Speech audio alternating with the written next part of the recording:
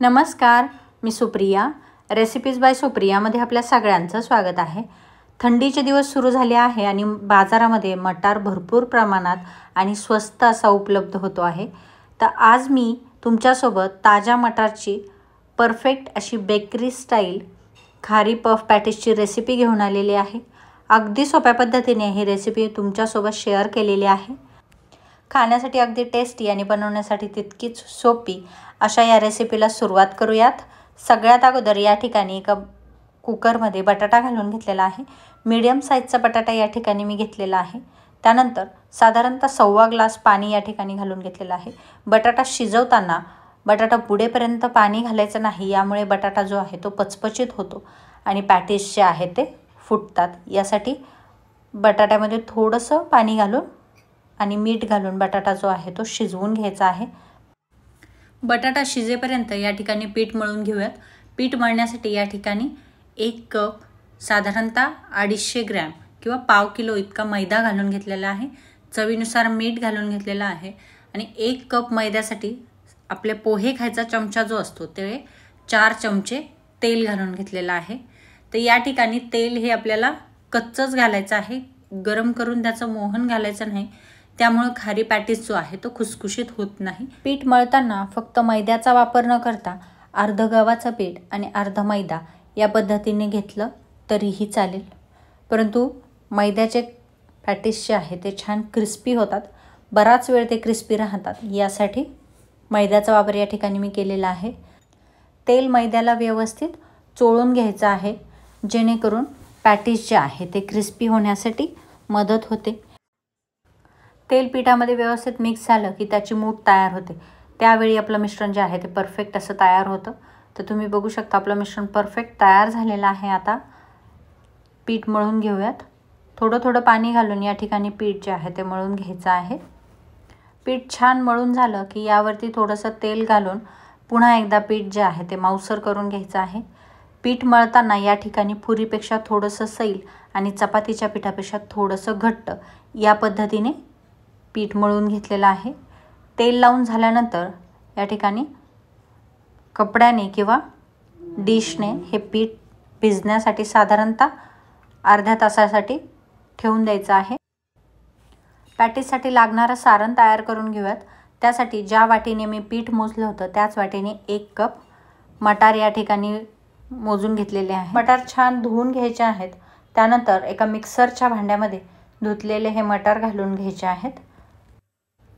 यामध्ये 4 ते 5 लसणाच्या पाकळ्या, 2 ते 3 हिरव्या मिरच्या, आल्याचा तुकडा, थोडंसं जिरं आणि थोडेसे धणे या ठिकाणी घालून जाडसर वाटण वाटून घ्यायचं आहे.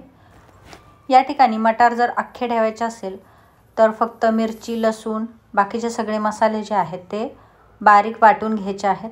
परंतु या पद्धतीने मटार केले तर मुलं छान आवडीने खातात. यासाठी मटार जे आहेत ते जाडसर वाटून घेतलेले आहेत.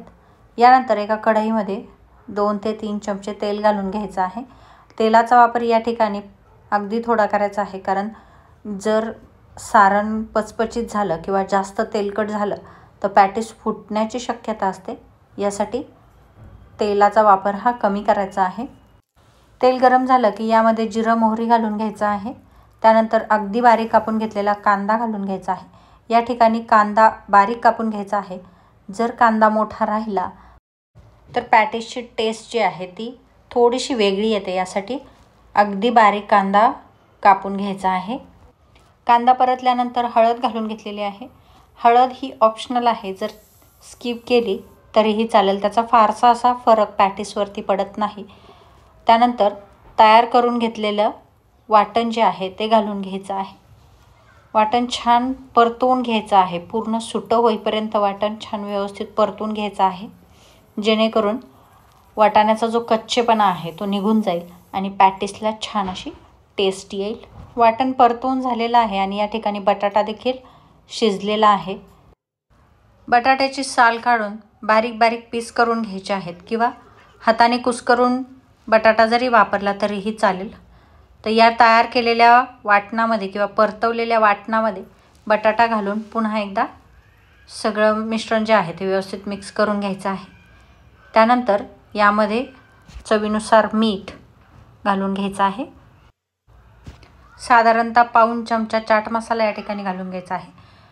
चाट मसाल्याने छान असा फ्लेवर येतो आणि थोडासा कलर यावा यासाठी पाव चमचा काश्मीरी लाल मिरची घालून घेतलेली आहे। सगळं मिश्रण व्यवस्थित एकजीव करून घ्यायचं आहे। साधारणतः अर्धा ते 1 मिनिट व्यवस्थित परतून घ्यायचं आहे। तर या ठिकाणी आपलं मिश्रण जे आहे ते तयार झालेलं आहे। आता यामध्ये थोडासा लिंबाचा रस घालून घ्यायचा आहे। लिंबाच्या रसामुळे छान अशी टेस्ट जी आहे ती सारणाला येते। सगळ्यात शेवटी यामध्ये बारीक चिरून घेतलेली कोथिंबीर घालून घ्यायची आहे। हे मिश्रण पूर्णपणे थंड करायचं आहे आणि मग याचे पॅटीस आपल्याला तयार करून घ्यायचे आहेत। पॅटीससाठी लागणारा साठा तयार करून घेऊया। त्यासाठी एका वाटीमध्ये 4 ते 5 चमचे तूप घालून घ्यायचं आहे। 4 ते 5 चमचे कॉर्नफ्लोअर घालून सगळं व्यवस्थित मिक्स करून घ्यायचे आहे। जर गरज पडली तर यामध्ये थोडंसं तूप घालून छान फेटवून साठा या ठिकाणी तयार करून घ्यायचा आहे। साठा तयार झालेला आहे, पीठही भिजलेलं आहे आणि मिश्रणही थंड झालेलं आहे। तर आता पॅटीस तयार करून घेऊयात। तर सगळ्यात आधी पीठ जे आहे ते व्यवस्थित पुन्हा एकदा मळून घ्यायचं आहे। पिठाचा एक गोळा घेऊन छान चपाती लाटून घ्यायची आहे। जास्त पातळही नाही किंवा जास्त जाडही नाही, अशी मीडियम साईजची चपाती जी आहे ती लाटून घ्यायची आहे। चपाती लाटताना या ठिकाणी एक तर कॉर्नफ्लॉवरचा किंवा मैद्याचा भरपूर वापर करायचा आहे, जेणेकरून चपाती जी आहे ती पोळपाटाला खाली चिटकणार नाही। तयार झालेली चपाती या पद्धतीने एका प्लेटमध्ये थोडंसं पीठ घालून त्यावरती घालून घ्यायचे आहे। पुन्हा चपातीवरती थोडंसं पीठ घालून घ्यायचं आहे किंवा मैदा घालून घ्यायचा आहे। त्यावरती दुसरी चपाती घालून घ्यायची आहे। अशा पद्धतीने सगळ्या चपात्या या ठिकाणी लाटून घेतलेल्या आहे। लाटलेल्या चपातीतली एक चपाती पोळपाटावरती पुन्हा एकदा घालून घेतलेली आहे। तयार केलेल्या या चपातीवरती प्रत्येक चपातीला साठा लावून घ्यायचा आहे व्यवस्थित। पुन्हा त्यावरती दुसरी चपाती घालून या पद्धतीने सगळ्या चपात्यांवरती साठा लावून सगळ्या चपात्या एकमेकावरती ठेवून घ्यायच्या आहेत। चपातीचा रोल करून घ्यायचा आहे। रोल करताना अगदी बारीक असा रोल करून घ्यायचा आहे, जेणेकरून यामध्ये हवा राहणार नाही। तर या पद्धतीने दाबून दाबून व्यवस्थित रोल तयार केलेल्या रोलला व्यवस्थित मळून घ्यायचा आहे आणि याच्या लाट्या तयार करून घ्यायच्या आहेत किंवा काप तयार करून घ्यायचे आहेत। तर या पद्धतीने तुम्ही बघू शकता काप तयार करून घ्यायचे आहेत, जेणेकरून पुरी लाटली जाईल इतपत मोठे काप या ठिकाणी मी तयार करून घेतलेले आहेत। काप तयार करून घेताना एका गोष्टीची काळजी घ्यायची आहे, ती म्हणजे सुरी कुठली वापरायची। तर या ठिकाणी जिगजॅग सुरीचा जर वापर केला तर लेअर व्यवस्थित पडत नाहीत आणि प्लेन सुरीचा वापर केला तर छान अशा लेयर्स या ठिकाणी पडतात, त्या दबत नाही। तर तयार केलेल्या कापापैकी एक काप घेऊन पोळपाटावरती भरपूर सारं पीठ घालून लाटी तयार करून घ्यायची आहे। जर पोळपाटावरती पीठ कमी असेल तर पुरी जी आहे ती पोळपाटाला चिटकते, यासाठी भरपूर पिठाचा वापर करायचा आहे। या ठिकाणी लाटून घेतलेल्या पुरीचे चौकोनी आकारामध्ये काप तयार करून घ्यायचा आहे, जेणेकरून आपला पॅटीस परफेक्ट बेकरी स्टाईल तयार होईल। तर या ठिकाणी कडा ज्या आहेत त्या काढून टाकून चौकोनी आकारामध्ये पुरी कापून घेतलेली आहे।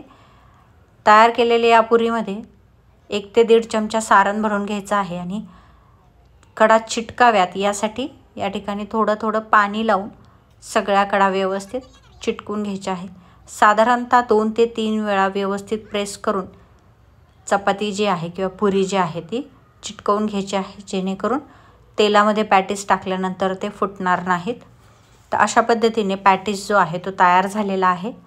याच पद्धतीने बाकीचे पॅटीस तयार करून घेऊयात। या ठिकाणी पॅटीस तयार होईपर्यंत तेल गरम करत ठेवलेलं होतं। तेल गरम झालं की यामध्ये तयार करून घेतलेले पॅटीस घालून घ्यायचे आहे। पॅटीस तळताना मीडियम फ्लेमवरती पॅटीस जे आहे ते तळून घ्यायचे आहे आणि या पद्धतीने झाऱ्याने वरच्या साईडला तेल जे आहे ते घालून घ्यायचं आहे, जेणेकरून वरच्या साईडने ही पॅटीस छान फुगतील। तर या ठिकाणी तुम्ही बघू शकता आपले पॅटीस जे आहे ते छान असे तयार झालेले आहे। बुडबुड्या जेव्हा कमी झाल्या त्यावेळी आपला पॅटीस छान गोल्डन रंगावरती तयार झालेला आहे किंवा तळला गेलेला आहे। तयार झालेल्या पॅटीस एका डिशमध्ये काढून घेऊयात। याच पद्धतीने सगळे पॅटीस जे आहे ते तळून घ्यायचे आहेत। या ठिकाणी बेकरी स्टाईल खारी पफ पॅटीस आपला तयार झालेला आहे. तुम्ही बघू शकता बेकरीसारखा क्रिस्पीनेस जो आहे तो आपल्या पॅटीसला आलेला आहे आणि पॅटीस आत व्यवस्थित शिजलेले आहे किंवा तळलेले आहेत आणि सारणही भरपूर प्रमाणात भरलेलं आहे. तर अशा पद्धतीने आपले बेकरी स्टाईल खारी पफ पॅटीस तयार झालेले आहे. तुम्ही ही नक्की ट्राय करून बघा.